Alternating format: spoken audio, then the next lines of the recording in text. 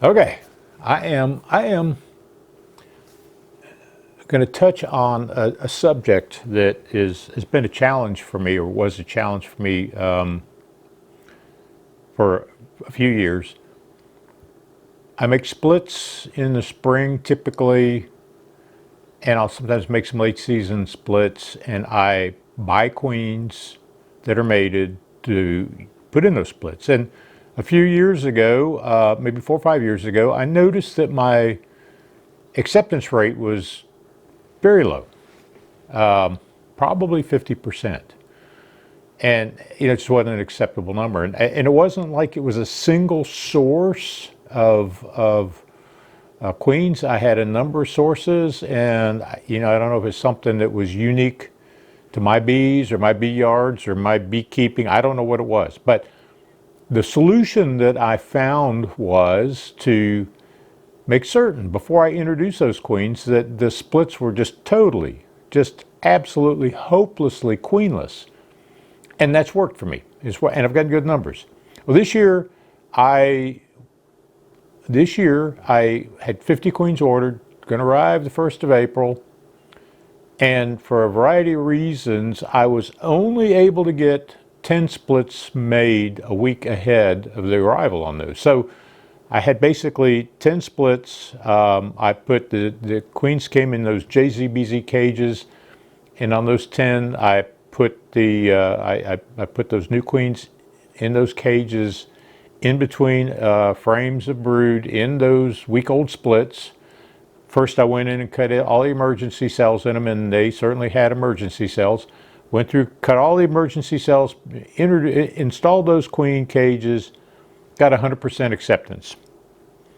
But then I had to go back and do the other 40, and I didn't have the luxury of that week to make them hopelessly queenless. So what I did was I put caps on the queen candy on those JZBZ cages so that the house worker bees, the house bees, couldn't get to that candy.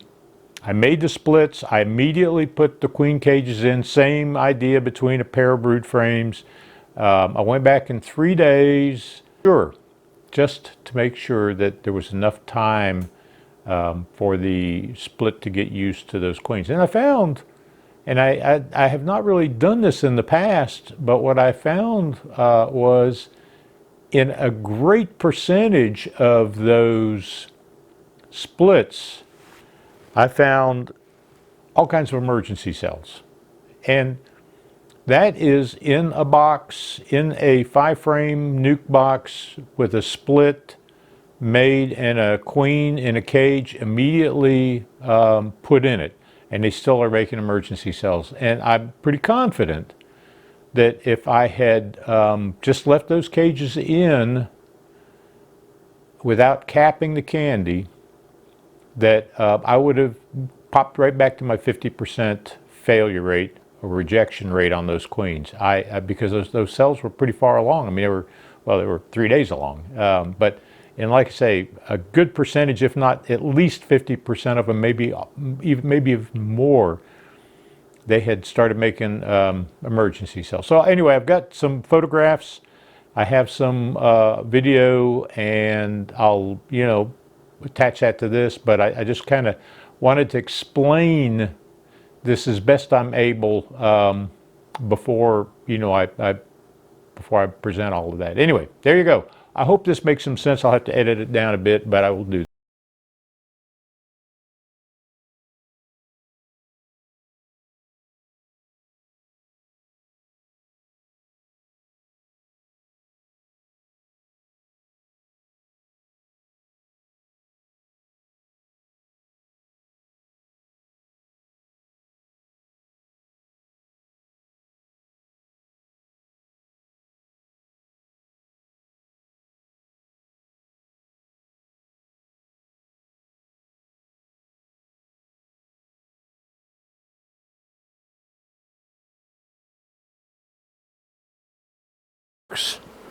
Little smoke. Again, this one was caged queen was installed on the 5th, today being the 8th. So we'll see how this all looks inside.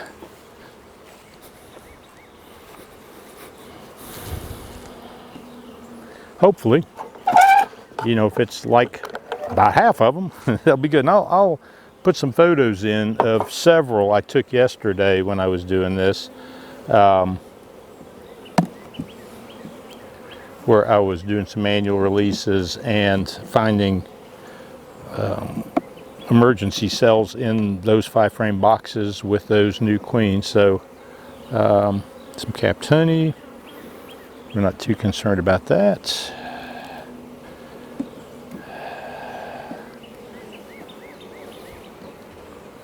Got some cap brood, and that looks fine. There is the capped caged queen, and I don't see any emergency cells. I'm going to put her right down here in the shade, and we'll go through the rest of these. This, I think, may turn out to be what we would like to see, but I don't want to jump the gun again. Some cap brood. I don't see any kind of emergency cells. And the minute I find an emergency cell, then I just start shaking bees off of every frame. Then going through them thoroughly. So this one I think is going to be okay. So I then will show you how I release the queen. Up, looky here, see this? Now that, in my mind, would be enough to keep this hive from accepting this queen. So this one's got another 2 or 3 days. What I'm going to do is I'm going to cut, and I'll show you what I do. This is the way I do it. So that, I believe, had she been released, because she, you know, shared that same space. I'll show you, like I say, oh, look, well, man, I don't think that's one. All right. That one, that's just an empty frame with a little bit of honey. And we're going to put some smoke in here to keep people from getting quite as upset.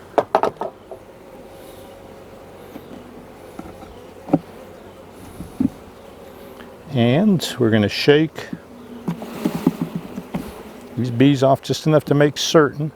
So I hope you can see this. This is the only emergency cell I see, but by golly, there it is. It was on its way. And I guarantee you that this would have kept that queen from being accepted. That's been my experience. I got a couple of cups here. I don't see anything really in them. So I'm not too worried about this. One stinking emergency cell, and I really and truly believe that that would have done it. That would have been the trick. So we'll shake these off as well. Just because if I don't shake them off and give them a really thorough look, sometimes there'll be one of those queen cells hidden, one of those emergency cells hidden somewhere that I overlook. And I can't overlook any.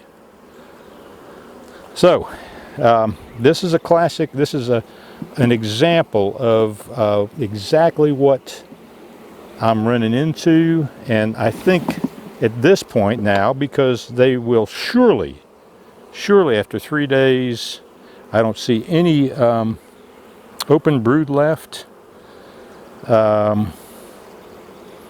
They will surely not be able to make a replacement queen.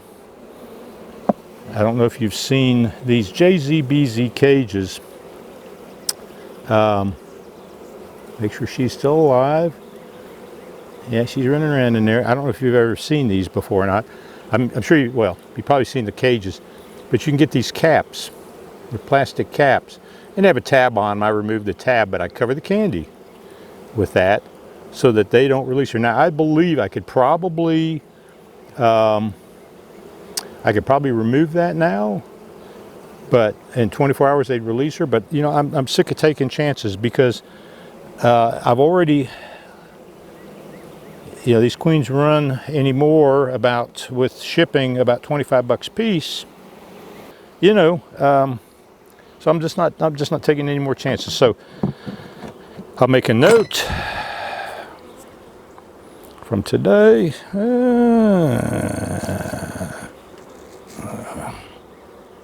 See, I go through a Sharpie every day when I'm out here. I just do. So today is the 8th.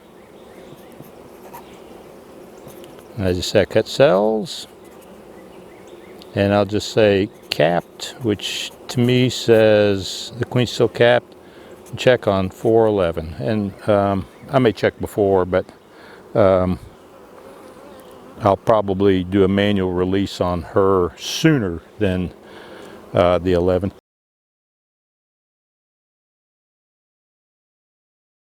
So I'm jumping the gun on this a little bit.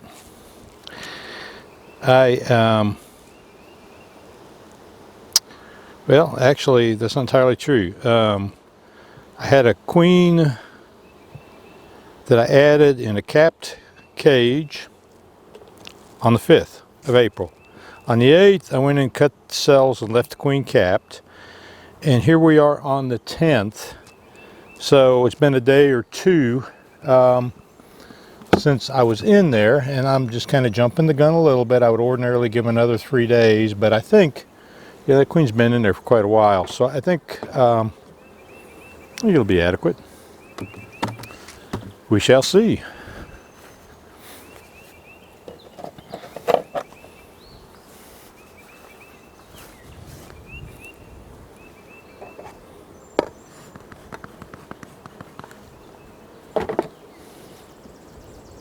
And again, this is the way I'm, doing it this season. Every queen I've installed, except the first 10, I did. I've left the caps on the JZBZ cages so that they did not eat their way through. And I don't see anything looks bad there. I don't see anything looks bad here. There's the cage. She's still alive. People don't look too upset. We're just going to sit her right here for a minute in the shade. Take a look at these other frames. So I don't see anything that looks threatening on that. I don't see any emergency cells. Remember, I cut emergency cells on this 2 days ago, 48 hours ago. I don't see anything concerning here. I see queen cups, of course. There's nothing from to put in them.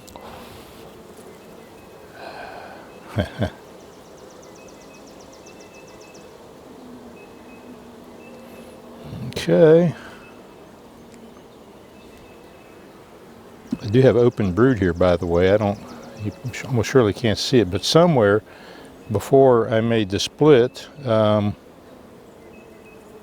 somebody was laying in there. Since I made the split on the 5th, today's the 10th. You got 5 days, so there were surely eggs in there at the time. Again, queen cups, capped brood, not anything that looks troubling. And we'll look one more here and just see. And this thing really has a pretty big population. You can't tell it here because everybody's out foraging. There's another cup, there's nothing in it. There's a small hive beetle. We just dispatch him to meet his maker. All right, so I feel with some degree of confidence that I can release this queen manually. So we're going to lay that frame right there. We're going to take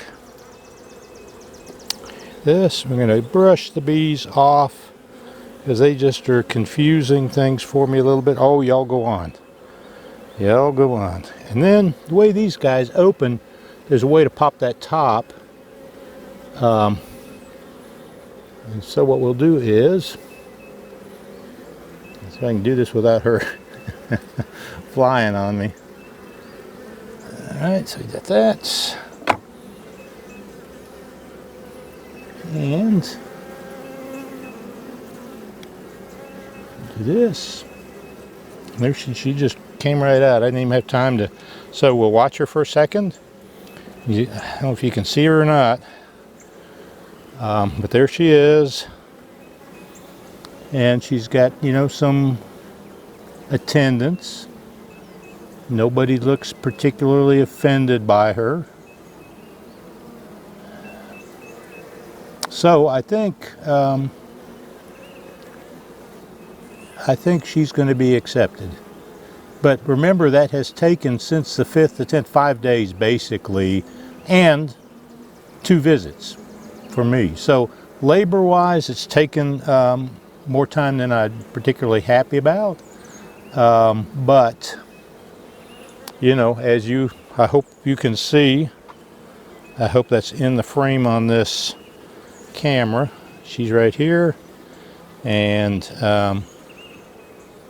like I said, there's no overtly aggressive behavior, so I'm trusting that that's going to continue.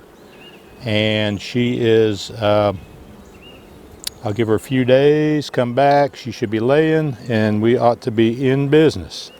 So that's what we're looking for. That's how it works for me.